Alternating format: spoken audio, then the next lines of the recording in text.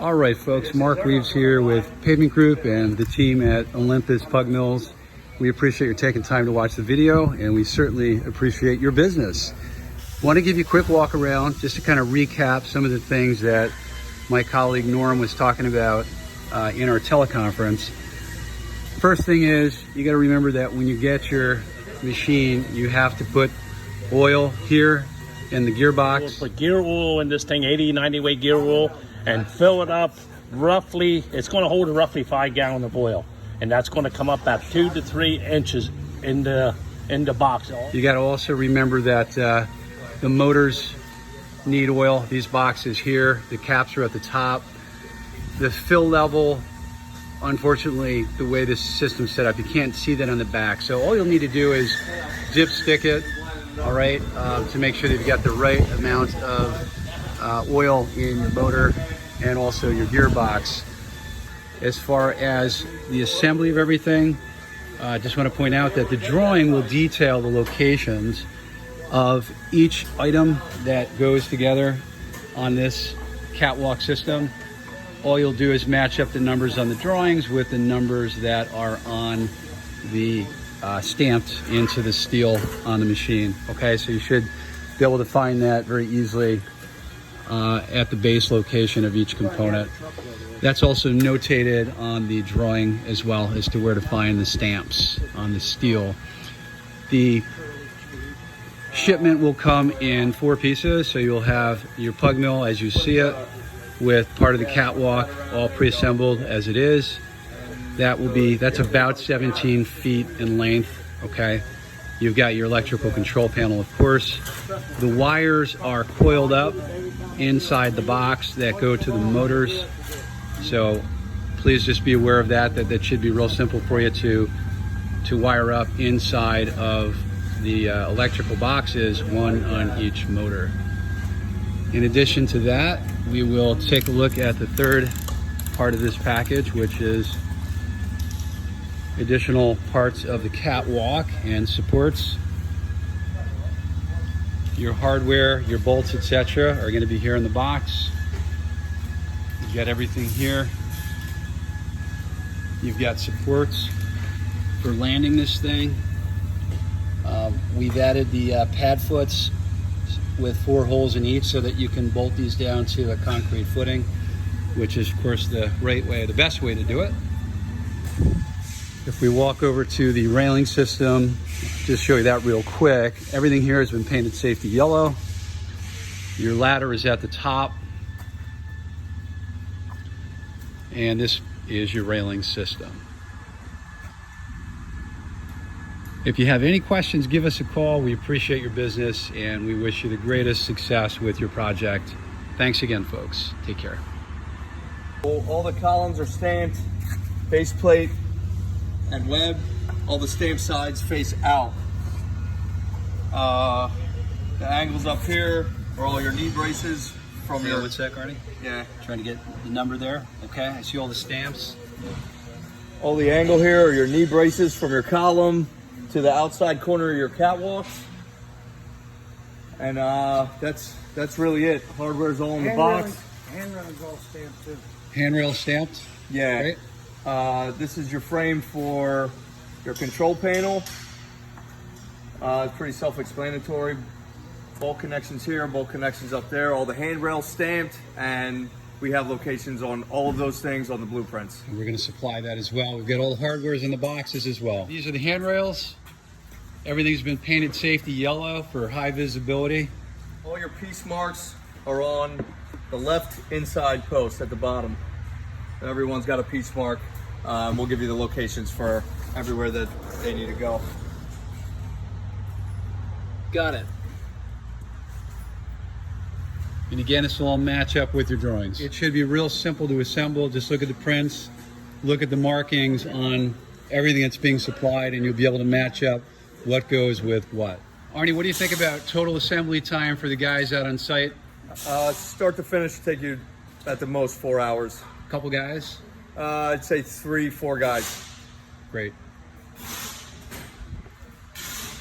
Okay, when you wire this thing motor up, you got 2 motors. You got one seal tight lead coming off of the left side and one coming off of the right side of your panel. So when you go to hook up each motor, you make sure you run your seal tight after the left side panel goes to the left motor, the right side panel goes to the right motor. And hook up your wires T1, T2, and T3, which are labeled inside the box, connecting box. So when you pull the wires, they're all going to be coiled up inside your main panel. When you open your panel up, these wires will be coiled up inside. Each side will be separate. You will have to individually pull your wires through your seal tight up into your motor and then make your connection. It's really self-explanatory. You'll see it coming across and put right in the top panel. And when you bolt your panel up, your seal tight, you have one on the right and one's going to be on the left. You can't mess that up. You just make sure your right side of your panel goes to your right motor, your left side coming out of the panel goes to your left motor. And then hook up T1, T2, and T3, and all your phases will work, and your direction will be proper. Well, let's take a quick look in the panel here, Warren. It's the one all the way in the end on the right. So on the outside of the panel, you can see it's nicely labeled. You've got all your controls here for start and stop. You've got an E-stop that'll shut everything down, and obviously you've got your exterior programmable keypads for your VFDs for your motors. Okay. Over here in your panel, you've got your VFDs. Go ahead, Norm, take it away. This is your VFDs. Now, as you can see here, this will be your left side power lines going to your left motor drive, which I'll have out and coiled up and laying in the bottom of the left side of the panel. And then on the right side, we got them coming in here. We'll have pull out, and they're going to be coiled up on the right side inside the panel. So when you go to put your wiring back in, you take your right side and pull it to the right motor. Take your left side and make sure these wires on the left go to the left motor, and then make sure your wires are hooked T1, T2, and T3 on each side, and you're proper, that way it'll run in the proper direction, and both motors will run simultaneously.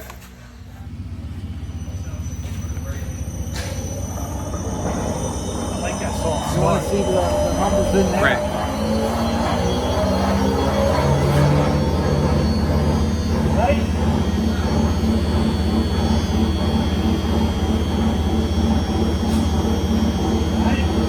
Okay, so we're spinning right at 93 to 94 RPMs. Yep, we'll take a video here. We're here with the guys from Baldwin Electric, the electric company that built the panel. And we're going to take a look right here.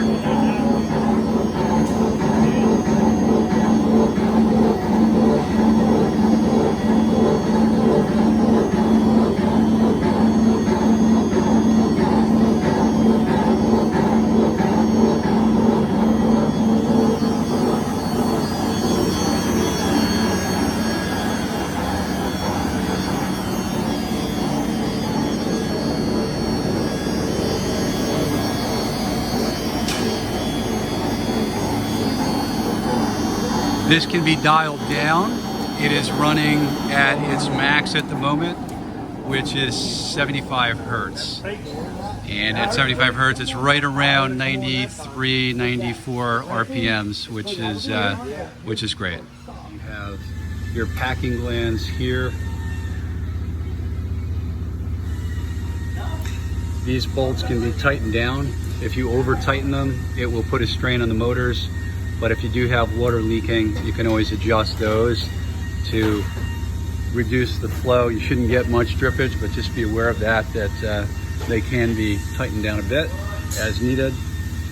We've got grease fittings on everything on this Pugmill that requires grease, and that all comes over here to your grease panel. So you've got a total of 8 grease locations. I would say probably 2-3 squirts of grease every day, just to make sure that you don't ever have a problem with lack of lubrication. These are currently set to run at 75 hertz, and they are spinning at approximately 93 to 94 revolutions per minute. So that is the set speed. That is again max at 75 hertz.